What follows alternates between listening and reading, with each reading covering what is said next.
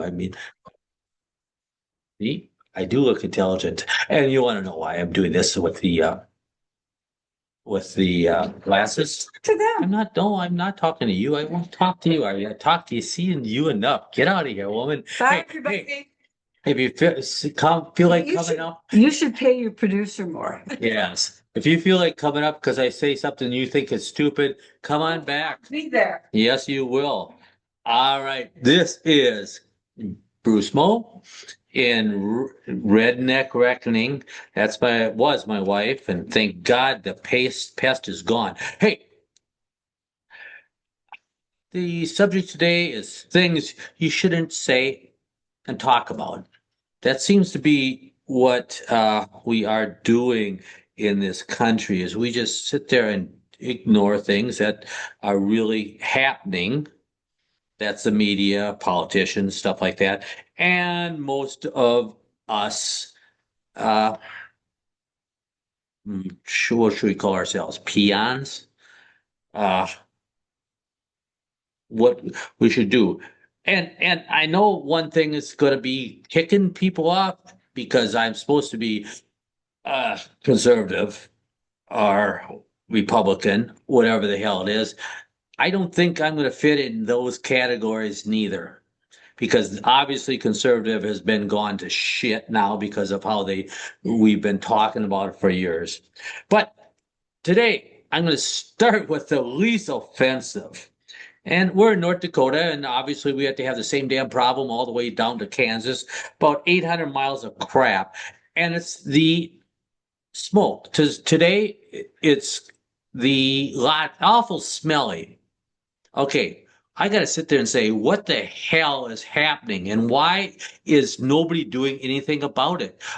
They are supposedly. By the way, there's stories on what is causing all the problems, and of course, we haven't had a lightning storm in the States or up in Canada for this year, and we're already getting a hell of a smoke. All right, they're saying the story is that the Native Americans are paid to put out the fires. Okay. And so we are told that they are starting the fires, of course, so they could make money. That's the story. I tell you what, I'm going to sit there and say bullshit as a rule. Something else is happening here. And what the hell is it? I don't know. I'm going to know if anybody knows the truth of why we're having this much smoke, why they're letting Manitoba, Alberta burn. Okay, it just doesn't make sense. And I mean, we're talking about it goes all the way down to Kansas. 800,000 miles of this carbon monoxide, carbon dioxide, CO2, the thing that is killing us. And that's why we have idiots in our media saying we got to capture it. Well, hell, stop capturing it. Just put out the damn fires. Don't let them start. You know something's bad here. Hey, does anybody know? Can anybody tell me that? That is the question. It's like going, I gotta say, whoa. Tell me, why is it happening? Okay. Second thing, and probably a little more contentious, is when it comes to our great two-party government, right? Republicans and Democrats.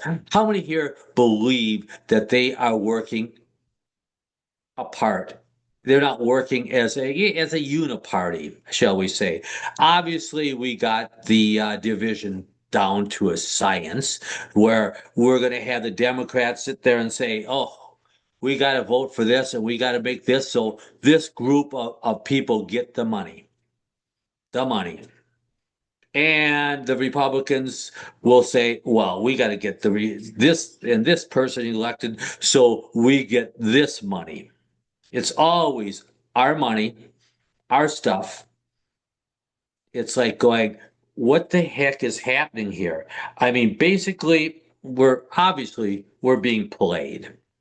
I mean, one time we're gonna get there, and we have a Joe Biden who spends uh, trillions of dollars on the uh, COVID. right? That cost us so much money. Yeah, didn't cost any of the elites anything, but it cost us money. What the heck is wrong here? There's a lot that we have to sit there and say, hey, but then again, a couple years later, 4 years later, we got Donald Trump. Donald Trump in there. He's a good example of what's happening here because we got this spending thing from Doge.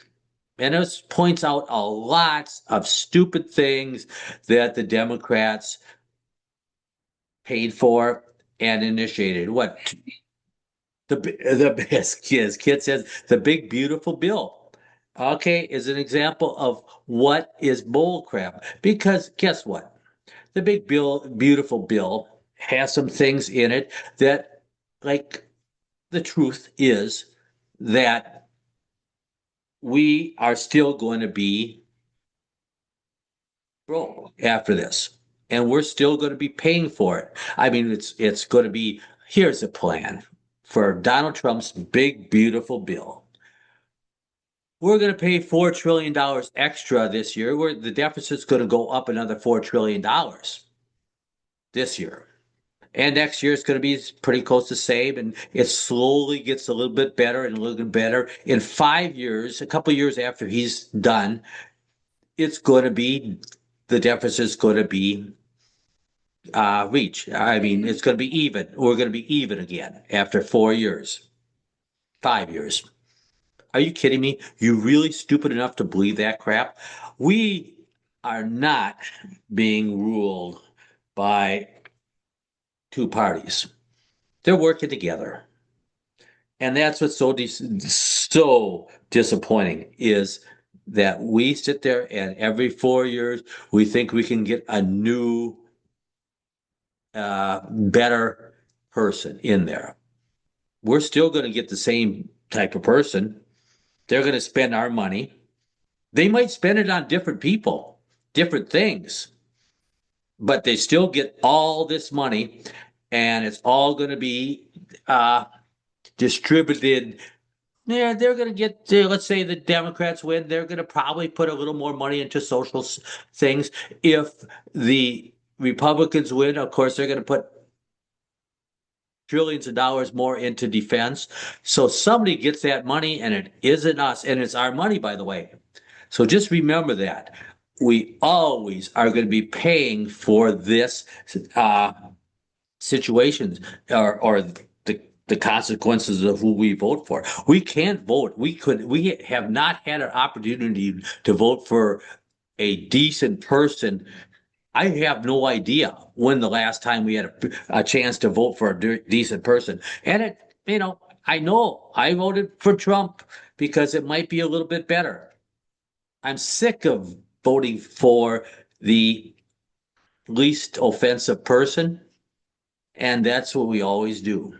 But of course, then again, so many of us people sit there and say, "Oh, wow, this is going to be a difference, isn't it great?" And that's basically because you're swallowing what the media says, especially the conservative media.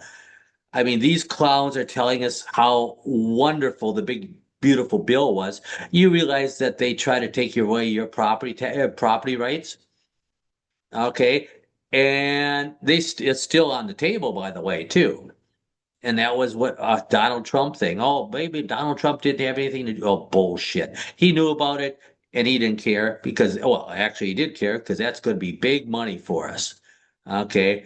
And basically, what he said was he wanted to codify his ruling that the CO pipeline could go wherever it wants to. Hence, property rights would go to shit. And they are. And they've been working on property rights forever. And of course, obviously, we got to go back to Abraham Lincoln, who was the first one that decided that property was belongs to the federal government. But then again, like I say, Donald believes that too. We have lots of trouble here. We are definitely got to realize that we're, like I say, okay, Doge. Okay. they found $20 billion worth of stuff that the Democrats did that was a little bit, or some of it was outrageous. But then again, they gave how much money extra to the military? Okay. And for the last decades, the military has not been able to say what the heck. For 60% of the money, where 60% of the money of the military goes, they cannot say it. They have not passed an audit forever. I mean, this is like, what the hell? So this money that's being disappeared, somebody's getting it. It ain't you. It is coming from you. Something's wrong here. So it's not the Democrats and Republicans are the same crap. And it's how are we going to sit there and how can I convince you of it? And it's, I guess, the way I describe it, and for years, and I heard it from one of my old wrestling buddies, is it's basically a wrestling match, pro wrestling match, where the Democrats and the Republicans pretend that they're fighting each other, just like Hulk Hogan and Andre the Giant, or Mad Dog Vachon, the Crusher. Wow, I know Mad Dog Vachon and the Crusher as sure the hell ages me, but that's what we have to sit there and say. That's the closest thing I got to analogy, is sit there and saying they are screwing us over and they are working together. Okay, it doesn't seem like it, but then again, everybody believed that Andre the Giant wanted to crush Hulk Hogan. Actually, they just wanted to go out and have beers afterwards. And I just kind of a side thing. I heard that Andre the Giant drank 16 gallons of beer in a sitting. Holy shit! That's impressive. That's more impressive than listening to Donald Trump make a bunch of bullshit He also lies died up. young. And what? He also died young. He died young, but then again, guys his age, or his with his condition, usually do die young. Beer didn't help. Beer does not help. Oh, sorry about that. That is bullshit. I apologize to everybody that's out there. Beer is good. And I'm going to have a beer after this episode too. All right. There's another thing that is a bad thing to say, and I'll just make it short.